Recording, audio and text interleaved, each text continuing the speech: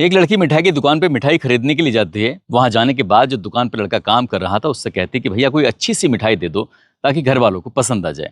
कई बार जो मिठाई लेके जाते हैं तो पसंद नहीं आती है। जब उस लड़की ने बार बार बातचीत की, बहुत सारी मिठाइयों की वैरायटी रखी हुई थी, उनमें से एक मिठाई पसंद करनी थी और पसंद करने के बाद वो लड़की जब लेके जा रही थी तो लड़के से कहने लगती है कि देख लेना, अगर घर वालों ने पसंद नहीं की तो अगली बार इस दुकान पर नहीं आऊंगी। लड़की अपने घर जाती है, घर वालों को मिठाई पसंद आ जाती है। कुछ दिन बीत जाते हैं, फिर से वही लड़की उसी दुकान पर पहुंच जाती है और उस लड़के के पास जाती है। उसी से जाके कहती है कि जैसे तुमने पिछली बार मिठाई दी थी वो तो नहीं चाहिए, लेकिन उससे अलग मिठाई चाहिए और अच्छी मिठाई दे देना। घर वालों को मिठाई बहुत ज़्यादा पसंद आई थी। वो जो लड़का है दुकान पर काम करता है, मजदूरी करता है और बहुत ज़्यादा उसका वहाँ कोई ना कद है ना कोई यहाँ पद है, लेकिन वो लड़का देखने में ठीक ठाक है, अच्छा है, बातचीत अच्छी करता है। लड़की को उसकी बातचीत का तरीका भी अच्छा लगा। उस लड़की ने उस लड़के से जो मिठाई मांगी तो मिठाई दे दी जाती है, उसके पैसे दे दिए जाते हैं और यहाँ से इनकी बातचीत का ऐसा सिलसिला शुरू होता है कि अब इनकी कभी कभार मुलाकात हो जाया करती थी। मुलाकात होती थी तो फिर नंबर का भी आदान प्रदान हो जाता है और जैसे नंबर आपस में बदल जाते हैं तो उसके बाद फिर एक दूसरे से बातचीत भी करने लगते हैं। बातचीत का सिलसिला कुछ ऐसा शुरू होता है कि एक दूसरे से प्यार कर बैठते हैं और तभी फैसला करते हैं कि क्यों ना हम दोनों मिलकर शादी कर लें। जब बात शादी की आती है तो लड़की ने अपने परिवार वालों से बातचीत की और लड़का जाकर अपने परिवार वालों से बातचीत करता है। लेकिन लड़की के परिवार वाले जो होते हैं उस लड़के के बैकग्राउंड के बारे में, उसके बारे में जानते हैं तो लड़की के घर वालों को बड़ा आश्चर्य हो रहा था। आश्चर्य इसलिए हो रहा था कि लड़का बिल्कुल भी पढ़ा लिखा नहीं था। लड़की लड़की जो होती है वो अच्छे घर से होती है और पढ़ी लिखी होती है। इसी बीच में लड़की के घर वालों ने ना नुकुर की मना किया, लेकिन लड़की जिद पर अड़ जाती है। कहती है कि जिंदगी इसी के साथ जीनी है, इसी के साथ मरना है, सब कुछ इसी के साथ होना है, इसलिए शादी करूंगी तो इसी से ही करूंगी। जब लड़की ज्यादा जिद पकड़ने लगती है तो आखिरकार दोनों लव मैरिज कर लेते हैं और लव मैरिज के बाद दोनों साथ रहना शुरू कर देते हैं। जब ये पहली बार मुलाकात कर रहे थे शादी के बाद, तभी उस लड़के ने एक प्रण लिया, संकल्प लिया। वो कहता है कि मैं पढ़ा लिखा तो बिल्कुल हूं नहीं, लेकिन पढ़ाई की क्या अहमियत होती है किसी भी इंसान की जिंदगी में, इसलिए मैं समझ सकता हूं। मैं चाहता हूं कि तुम पढ़ लिख कर बड़ी अधिकारी बन जाओ। मैं भले ही चाहे कम पैसे कमाऊं, लेकिन तुम्हें बहुत अच्छे से पढ़ाऊंगा लिखाऊंगा ताकि तुम ऑफिसर बन जाओ। एक दिन वो उस लड़के से पूछने लगा कि सबसे बड़ा पद कौन सा होता है। लड़की कहती है सबसे बड़ा पद तो कलेक्टर का होता है। तो वो लड़का कहता है कि तुम कलेक्टर ही बन जाना। अपनी उस पत्नी को वो लगातार मेहनत कर रहा था, पढ़ाने लिखाने में सब कुछ मेहनत कर रहा था, लेकिन एक दिन ऐसा आता है कि उस लड़के की मौत हो जाती है। उस लड़के की जब मौत होती है तो इस लड़की का रो रो कर बुरा हाल हो जाता है। लोग सोचने पर मजबूर हो जाते हैं कि आखिरकार ये क्या हुआ। शुरुआत में सभी से हादसा समझ रहे थे, लेकिन हादसा नहीं था, ये एक कत्ल था। पुलिस ने जब इस घटनाक्रम का खुलासा किया, अखबारों में जब ये खबर प्रकाशित होती है, लोगों को बिल्कुल भी यकीन नहीं हो रहा था। आखिरकार उस लड़के का कत्ल क्यों होता है, उसके पीछे की पूरी कहानी क्या है, आज की इस कहानी के माध्यम से जानने और समझने की कोशिश करते हैं। आदाब, नमस्कार, सत श्री अकाल। मैं उस्मान सैफी। छत्तीसगढ़ प्रदेश का जिला रायपुर है और रायपुर से लगभग 40 किलोमीटर दूर एक थाना लगता है खरोरा, और खरोरा थाना क्षेत्र का गांव है खसेरा। वार्ड नंबर 10 की ये बात है। 27 फरवरी 2026 की शाम लगभग 6 या 7 बजे के आसपास का वक्त हो रहा था। एक महिला जिसका नाम होता है रोशनी, उम्र जिसकी लगभग 25 साल के आसपास होती है, उसका पति जब काम करके घर वापस लौट कर आता है तो वो थोड़ी उदास थी, परेशान थी। पति ने पूछा कि तुम इतना परेशान क्यों हो, उदास क्यों, क्या बात है, मैं तुम्हारी क्या मदद कर सकता हूँ। जैसे ही उस लड़की यानी कि महिला रोशनी ने ये बात पूछी तो उसका पति होता है किशोर सारथी, जिसका नाम होता है, वो बताती है कि मेरी जो छोटी बहन है वो बहुत ज़्यादा बीमार है और मैं चाहती हूँ कि अगर वो यहाँ आ जाएगी तो उसका इलाज भी हो जाएगा और मैं थोड़ा उसका देखभाल भी कर लूँगी। जैसे ही उस महिला ने अपने पति से ये बात कही तो पति कहता है कि तुम इतना परेशान क्यों होती हो, यहाँ से 10-12 किलोमीटर तुम्हारा जो मायका है, यहाँ से मैं तुरंत जाऊँगा, आधे घंटे में पहुँच के उससे कह दो कि तैयार हो जाएगी और मैं 1-2 घंटे में लौटकर वापस आ भी जाऊँगा। जैसे ही उसकी पत्नी ने यह बात सुनी, पत्नी एकदम खुश हो जाती है। वो जो भी खाना वाना खाना होता है उसके बाद वो अपनी बाइक उठाता है। बाइक उठाने के बाद सीधा ससुराल की तरफ चला जाता है। लेकिन उससे पहले ही जो रोशनी होती है वो अपनी बहन को फ़ोन करती है और फ़ोन करने के बाद कहती है कि तुम्हारे जीजा जी बहुत जल्दी पहुंचने वाले हैं, एक काम करो तुम तैयार हो जाओ और जैसे ही वो आएँ थोड़ा देर मत करना। वैसे ही यहाँ से थोड़ा लेट निकले हैं, लगभग 8 बजे निकले हैं, तो इसलिए लेट हो जाएंगे तो फिर फ़ायदा कुछ नहीं है। इस तरह की बात जब उसकी बहन सुनती है वो कहती है कि मैं बिल्कुल तैयार हूँ, बिल्कुल बेफिक्र हो, जैसे ही जीजा जी आएंगे मैं उनके साथ चले जाऊँगी। अब वो जो इसका जीजा होता है, करीब करीब 25 मिनट का रास्ता है, 25 मिनट में 30 मिनट पहुंच जाता, 35 में पहुंच जाता, 40 मिनट में पहुंच जाता, लेकिन वो पहुंचता नहीं है। और जब वो नहीं पहुंचता है तो उसकी छोटी बहन का फ़ोन फिर आता है। वो कहती है कि जीजा जी तो अभी तक नहीं आए, तुम कह रहे थे कि वो आधे घंटे में पहुंच जाएंगे। अब ऐसी स्थिति में जब उसे फोन मिलाया जाता है किशोर सारथी को, तो किशोर सारथी का फोन मिल ही नहीं रहा था, स्विच ऑफ बता रहा था। अब उसकी जो पत्नी होती है रोशनी, उसकी चिंता बढ़ जाती है, थोड़ी परेशान हो जाती है। तुरंत ही वो अपने ससुर के पास जाती है। ससुर के साथ साथ वो अपनी सास से भी कहती है कि देखो वो मायके गए हुए थे मेरे, लेकिन अभी तक ना तो वहां पहुंचे हैं, ना ही उनका फोन मिल रहा है। बिठिया में, यानी कि गांव जो उसका मायका होता है उसका नाम बिठिया होता है, बिठिया में भी मैंने पूछ लिया, पता कर लिया, लेकिन उनका कुछ अता पता नहीं चल रहा है। एक बार देख तो लो कि वो कहाँ है कहाँ नहीं है। जैसे सासुर ससुर ने ये बात सुनी, जैसे परिवार के अन्य सदस्यों ने ये बात सुनी, तुरंत ही वो उस बिठिया गांव की तरफ चलने लगते हैं। यहाँ से बिठिया गांव लगभग 12 किलोमीटर के आसपास होता है, जो खसेरा गांव लगता है। अब ये रास्ते भर में देखते हैं, पड़ताल करते हैं, पूछते हैं, लेकिन उसका कहीं कुछ पता नहीं चलता है। कि जब किशोर का सारथी परेशान, उसको लेकर घर वाले परेशान थे, सोचने पर मजबूर थे कि आखिरकार इससे पहले तो कभी ऐसा हुआ नहीं है। हुआ क्या है, पूरी रात निकल जाती है, घर वाले हार थक कर अपने घर आ जाते हैं। घर आने के बाद सोच रहे थे कि अगले दिन सुबह को थाने जाएंगे और थाने जाने के बाद उसकी गुमशुदगी की रिपोर्ट दर्ज कराएंगे कि इससे पहले तो कभी ऐसा कुछ हुआ नहीं है। अब इससे पहले कि घर वाले कुछ कर पाते, ये तारीख आती है 28 फरवरी 2026। सुबह के लगभग 6 बजे के आसपास का वक्त हो रहा था। गांव माठ लगता है, गांव माठ में एक सागौन बाटी का एक जगह लगती है, उसी के ही पास में जो सड़क है, सड़क के पास में एक बाइक खड़ी थी। उस बाइक को जो कुछ लोग देखते हैं, देखने के बाद तुरंत ही पुलिस को फोन कर देते हैं। फोन करने के बाद कहते हैं कि साहब यहाँ पर एक इमरजेंसी है, अब जितनी जल्दी हो सके आप यहाँ पर आ जाइए। जैसे पुलिस को सूचना मिलती है, पुलिस मौके पर पहुंचती है। मौके पर आने के बाद देखते क्या है कि बाइक लावारिश हालत में पड़ी हुई है और वहां पर जगह जगह ब्लड फैला हुआ था, और साथ ही लगभग करीब करीब 200 मीटर की दूरी पर एक लाश पड़ी हुई थी। पुलिस वालों ने जैसे ही उस लाश को देखा, उसके जो जेब में रखा हुआ सामान था, मोबाइल है या उसका पर्स था, वो सब कुछ मौजूद था। तभी उन्होंने उसका पर्स देखा, और पर्स देखने के बाद पता चलता है कि ये किशोर है, किशोर सारथी जिसका नाम है, और जिसके गांव का नाम है खसेरा, जो कि इसी थाना क्षेत्र यानी कि खरोरा थाना क्षेत्र की पुलिस मौके पर आई थी। उन्होंने तत्काल ही उस लड़के के परिवार वालों से संपर्क किया।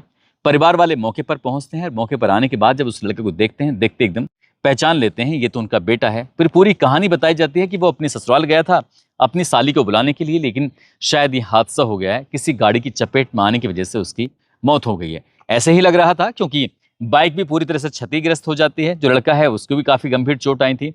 पुलिस ने इस लाश को कब्जे में लिया, कब्जे में लेने के बाद पोस्टमार्टम के लिए भेजा, और पोस्टमार्टम की रिपोर्ट आती है, उससे भी ये क्लियर हो जाता है कि यहाँ पर एक हादसा हुआ था। जैसे बाइक में चोट लगी है, वो क्षतिग्रस्त हो गई है, वैसे ही उस आदमी को भी चोट लगी थी, जिसकी वजह से उसकी मौत हो गई थी। पुलिस अब पंचनामा भरने के बाद, पोस्टमार्टम हो चुका था, सब कुछ तैयारी हो चुकी थी, अब अंतिम संस्कार होना था। लेकिन एक अधिकारी यहाँ पर पहुंचते हैं। अधिकारी का नाम होता है एएसपी प्रशांत शुक्ला, जो मौके पर डॉग स्क्वाड भी, एफएसएल टीम भी, थाने की पुलिस भी, सबके सब अपने अपने अपने स्तर से देख रहे थे। लेकिन जो एएसपी प्रशांत शुक्ला होते हैं, उनको ऐसा लग रहा था कि ये हादसा नहीं, बल्कि यहाँ कुछ ना कुछ तो बात है। परिवार के लोगों से जब बातचीत की जा रही थी, तो उसके बारे में बताया जाता कि जो किशोर सारथी है, जिसकी उम्र लगभग 27 साल के आसपास है, वो एक मिठाई की दुकान है जिसका नाम है गुजरात स्वीट, वहां पर वो जाकर मजदूरी करता है। उसकी किसी से कोई दुश्मनी नहीं है, बहुत ही साफ सुथरा उसका रिकॉर्ड है। जब उसके मोबाइल की सीडीआर निकलवाई जाती है, रिकॉर्ड निकलवाया जाता है, तो रिकॉर्ड में ऐसा कुछ भी सस्पिशियस नहीं था जिसके आधार पर कह सकें कि ये हादसा नहीं बल्कि कत्ल है। पुलिस वालों ने जब उसके बारे में पड़ताल की, तो वहां से भी कुछ नहीं मिलता है। इसके बाद फिर उसकी जो पत्नी होती है, जिसका नाम रोशनी होता है, अब रोशनी का जो मोबाइल सर्विलांस पे लगाया जाता है, और साथ ही जो उसके मोबाइल की कॉल डिटेल्स रिकॉर्ड निकलवाया जाता है। तो कॉल डिटेल्स रिकॉर्ड निकलवाने के बाद वहां पर एक ऐसा नंबर था, उस नंबर पर वो बहुत सारी बातचीत किया करती थी। अब यहां से जो एएसपी होता है, एएसपी का दिमाग इसलिए भी घूम जाता है कि जहां पर बाइक पड़ी हुई है, बाइक से लगभग 200 मीटर तक ऐसा लग रहा था जैसे उस लाश को खींचकर बहुत दूर लेके जाया गया है, और जब उसको लेके जा रहे थे तो जगह जगह ब्लड फैल जाता है। जब कोई हादसा होता है तो हादसे में कोई किसी की लाश को उठाकर क्यों फेंकेगा, और क्योंकि जिससे भी हादसा होता है तो वो तो अपनी जान बचाता है, वहां से भागने की कोशिश करता है। तो आखिरकार ये काम किसने किया था? पुलिस इसी सवाल का जवाब जानना चाहती थी, और इसी जवाब का जानने के लिए पुलिस ने, अब जो पत्नी होती है रोशनी, उसकी कॉल डिटेल्स जब निकलवा जाती है, तो उसकी एक नंबर पर बहुत ज्यादा बातें होती थी। ससुराल में जहां इस रोशनी का घर है, उससे लगभग 200 या 300 मीटर की दूरी पर लीलेश उर्फ मुरु नाम का एक युवक होता है, उससे बहुत ज्यादा बातचीत होती थी। पुलिस ने अब इस महिला को भी हिरासत में ले लिया, साथ ही जो लीलेश होता है, लीलेश को भी हिरासत में ले लिया जाता है, और इन दोनों को हिरासत में लेने के बाद उनसे बातचीत का सिलसिला शुरू हो जाता है। उनसे पूछा जाता है तो उन्होंने शुरुआत में कुछ ऐसी बात कर रहे थे नॉर्मल, लेकिन पुलिस ने जब अपने तरीके से सख्ती से बातचीत करना शुरू किया है तो सख्ती से बातचीत करने के बाद कुछ बात निकल के सामने आ जाती हैं। पता चलता है कि इन्होंने तो दोनों एक दूसरे को प्यार करते हैं, पसंद करते हैं। तभी वो पूरी कहानी निकलकर सामने आती है। लगभग 4 साल पुरानी बात होती है। ये लड़का जो होता है वो मिठाई की दुकान पे काम करता है और लड़की जो होती है वो पढ़ाई कर रही थी। एक दिन जो मिठाई की दुकान पे जाती है तो इसी किशोर से मुलाकात हो जाती है। जब किशोर से मुलाकात हो जाती है तो उसके बाद फिर मिलना जुलना शुरू हो जाता है। दोनों आपस में एक दूसरे से प्यार कर बैठते हैं, शादी हो जाती है। लेकिन शादी के बाद लड़की के घर वाले थोड़ा सा परेशान थे। लड़की पढ़ी लिखी होती है, लेकिन लड़के ने भी फैसला कर लिया था वो अपनी पत्नी को खूब पढ़ाएगा, खूब लिखाएगा, कलेक्टर बनाएगा। इस तरह की वो कोशिश कर रहा था। शादी के बाद उसने अपनी पत्नी को कोचिंग सेंटर लेके जाता है, उसका एडमिशन कराता है, कंप्यूटर कोर्स में एडमिशन कराता है। जिंदगी में सब कुछ ठीक ठाक चल रहा था। शादी के लगभग जब 1 साल के आसपास का वक्त बीत जाता है तो उसके बाद को एक बेटी भी पैदा हो जाती है। परिवार में सब खुश रह रहे थे, सब कुछ ठीक रह रहे थे। लड़की जब कोचिंग सेंटर जा करती थी, कि जो उसकी पत्नी थी, जब कोचिंग सेंटर जाती थी, कोचिंग सेंटर जाते हुए रास्ते में उसको वो लड़का मिल जाता है जिसका नाम नीलेश होता है। नीलेश से उसकी आंखें कब चार हो जाती हैं पता ही नहीं चलता। इनकी मिठाई की दुकान पर उसको प्यार हो जाता है। उसके बाद फिर गाँव के ही एक लड़के यानी कि नीलेश से प्यार हो जाता है। अब उसके बाद वो किसी को बिना बताए ही दोनों जब मौका मिलता था मिल लिया करते थे। लेकिन यहाँ पर ये किशोर होता है, इसका घर कुछ ऐसे होता है, जो मुख्य द्वार है वो रास्ते से है और एक जो दरवाजा है वो गली से होकर भी गुजरता है, और जो गली से होकर जो घर के अंदर आने का रास्ता है वो सीधा बेडरूम में जाता है। इसलिए वो अक्सर अपने दरवाजे को बंद करा रखती थी अंदर से, लेकिन मौका मिल जाया करता था तब ये नीलेश उसके घर में आ जाया करता था। और इस बात का किसी को कोई पता नहीं था, किसी को भनक तक नहीं थी। लेकिन एक दिन अचानक ही किशोर जब घर के अंदर आता है तो वो अपनी पत्नी को गाँव के उस लड़के यानी कि नीलेश के साथ जब देख लेता है तो उसको बुरा लगता है, ऐतराज़ करता है, कहता है कि हम दोनों ने लव मैरिज की है, हम दोनों ने एक दूसरे से प्यार किया था, तुम ऐसा कैसे कर सकती हो। और इसी बात को देखते हुए दोनों के बीच में कहासुनी भी शुरू होने लगती है, विवाद होने लगता है, मार पिटाई जैसी स्थिति पैदा हो जाती है। वो पति जब अपनी पत्नी को अधिकारी बनाने के सपने दिखा रहा था, ये देख रहा था, वही अब अपनी पत्नी से नाराज रहने लगता है। लेकिन पत्नी ने अपनी आदतों में कोई सुधार नहीं किया। जब सुधार नहीं किया तो इनके मिलने मिलाने पर फिर अब रोग जैसी पाबंदी लग जाती है।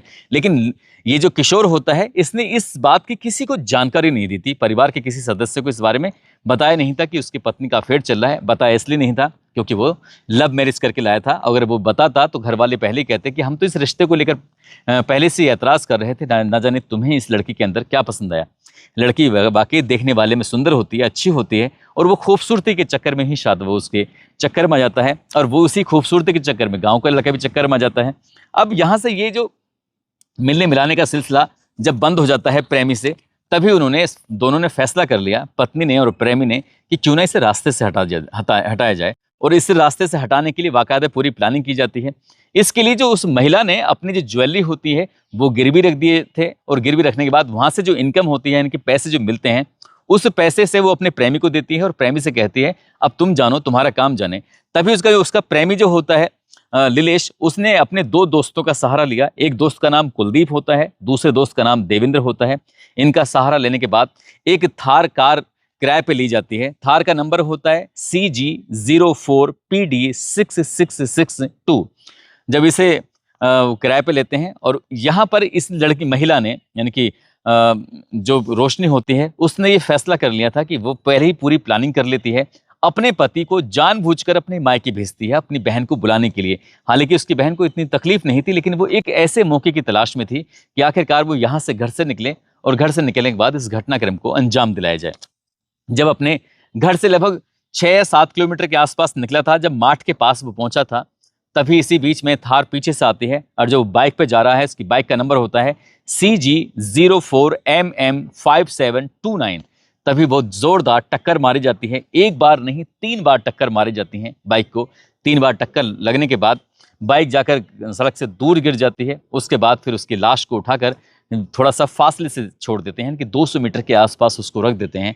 और वो जो तीनों होते हैं, चाहे वो नीलेश हो, कुलदीप हो या फिर देवेंद्र हो, वहाँ इंतज़ार करते रहते हैं, बैठ जाते हैं तसल्ली से। वो उसे छू नहीं रहे थे, उसे बाकी टच नहीं कर रहे थे, उसे कोई यातनाएं नहीं दे रहे थे, सिर्फ इंतज़ार कर रहे थे कि ये आराम से मर जाए इत्मीनान से। इसलिए वो घंटों तक वहाँ बैठे रहते हैं, और जब उन्हें तसल्ली हो जाती है, जब उसकी नब्ज़ बिल्कुल पूरी तरह से बंद हो जाती है, तब वहाँ से आराम से निकल आते हैं। बस वो एक ही गलती कर जाते हैं, और वो गलती ये होती है कि उसको उस जगह से उठाकर दूसरी जगह ले जाते हैं। और यही जो पुलिस के अधिकारी होते हैं, डॉग स्क्वाड होता है, फॉरेंसिक टीम मौके पर आती है, उसको ये देखकर प्रथम दृष्टया ऐसे लग रहा था ये हादसा नहीं हो सकता, बल्कि ये कत्ल है, ये हत्या है। और जब पुलिस ने इन कड़ियों को जोड़ा तो उसमें पत्नी, पत्नी के प्रेमी, प्रेमी के 2 दोस्त, इन चारों का रोल निकल के आता है। पुलिस ने एक एक करके इन कड़ियों को जोड़ा और चारों आरोपियों को गिरफ्तार किया। और गिरफ्तार करने के बाद इनको रायपुर की सेंट्रल जेल में बंद कर देती है। जो महिला होती है वो महिला बैरक में रखी जाती है।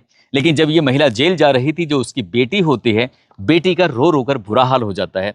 परिवार वाले सोचने पर मजबूर हो जाते हैं कि इस महिला ने इस लड़के से खुद ही तो प्यार किया था, खुद ही इससे शादी की थी, इसके बाद इसने उसकी हत्या कर दी। न केवल हत्या की बल्कि ये पूरा घर बर्बाद कर दिया। और जो एक बेटी है जिसका कोई कसूर नहीं है, उस लड़की की जिंदगी आगे भविष्य में कैसे गुजरेगी, कैसे कटेगी, आप सहज अंदाजा लगा सकते हैं। जो व्यक्ति अनपढ़ जरूर था लेकिन अपनी पत्नी को पढ़ाना चाहता था, तो वो अपनी बेटी को भी अच्छे से पढ़ाना लिखाना चाहता था, उसके भी सपने पूरा करना चाहता था, लेकिन वो उस दुनिया में रहा नहीं। और उसकी पत्नी ने उसको दर्दनाक तरीके से जो मौत दी, वो पूरे प्रदेश भर में चर्चा का विषय बन जाता है। लोग ये सोचने पर मजबूर हो जाते हैं कि आखिरकार इन महिलाओं को हो क्या रहा है। दोस्तों, इस पूरे घटनाक्रम को सुनाने का उद्देश्य किसी को परेशान करना नहीं है, किसी का दिल दुखाना नहीं है, बल्कि आपको जागरूक करना है, आपको सचेत करना है। जिस तरह से 2026 में आए दिन ये घटनाएं हो रही हैं, लोग इन घटनाओं को लेकर सोचने पर मजबूर हो गए हैं कि इन महिलाओं को आखिरकार हो क्या रहा है। यदि इनका किसी से अफेयर हो सकता है, या किसी के साथ ये किसी को पसंद करते हैं, शादी के बाद वो किसी को भी से जा सकती हैं, भाग सकती हैं, तलाक ले सकती हैं, दूर जा सकती हैं, तमाम तरीके हैं। क्या कत्ल करना ही उनका आखिरी रास्ता होता है? इसलिए इस तरह की कोई भी हरकत ना करें, क्योंकि बाकी की जिंदगी सलाखों के पीछे गुजर जाती है। यदि कोर्ट की तरफ से उन्हें जमानत मिल भी जाती है, तो समाज कभी ऐसी महिलाओं को स्वीकार नहीं करता और उनकी जिंदगी फिर अलग थलग रह के गुजरती है, पूरी तरह से फ्रस्ट्रेशन में रह के गुजरती है। परिवार के लोग भी उन्हें नहीं स्वीकार करते हैं, दोस्त भी उनको बिल्कुल नहीं स्वीकार करते हैं। दोस्तों, जाते जाते समीर मंसूरी हैं, जो कि पानीपत के रहने वाले हैं। उनके बेटे हैं मोहम्मद उजैफ राजा। आज इनका जन्मदिन है, इनको जन्मदिन की ढेरों सारी शुभकामनाएं, बहुत बहुत मुबारकबाद। और अनामिका वर्मा है, आज अनामिका वर्मा का भी जन्मदिन है, इनको भी जन्मदिन की ढेरों सारी शुभकामनाएं, बहुत बहुत मुबारकबाद। और बिहार गोपालगंज के रहने वाले हैं रफ़ीक आलम मुस्तफ़ा हैं, जो कि मुंबई के रहने वाले हैं। उमाकांत उपाध्याय बदायूं से, करण पटेल बनारस से, विक्रम कुमार समस्तीपुर से, मोहम्मद जुबैर मंसूरी, नयन गोरखे बिलासपुर से, अर्जुन देव औरंगाबाद से, ज्योतिराज स्वान जिला गंजाम ओडिशा के रहने वाले हैं। तेजवीर यादव फिरोजाबाद से हैं। हाफिज खान बंका जिला बिहार से हैं। प्रिंस कुमार गोरखपुर से, योगेश बस्तर रायपुर से, राजा आलम जिला किशनगंज बिहार के रहने वाले हैं। आप सब लोग अपना ख्याल रखें, सुरक्षित रहें। जय हिंद, जय भारत।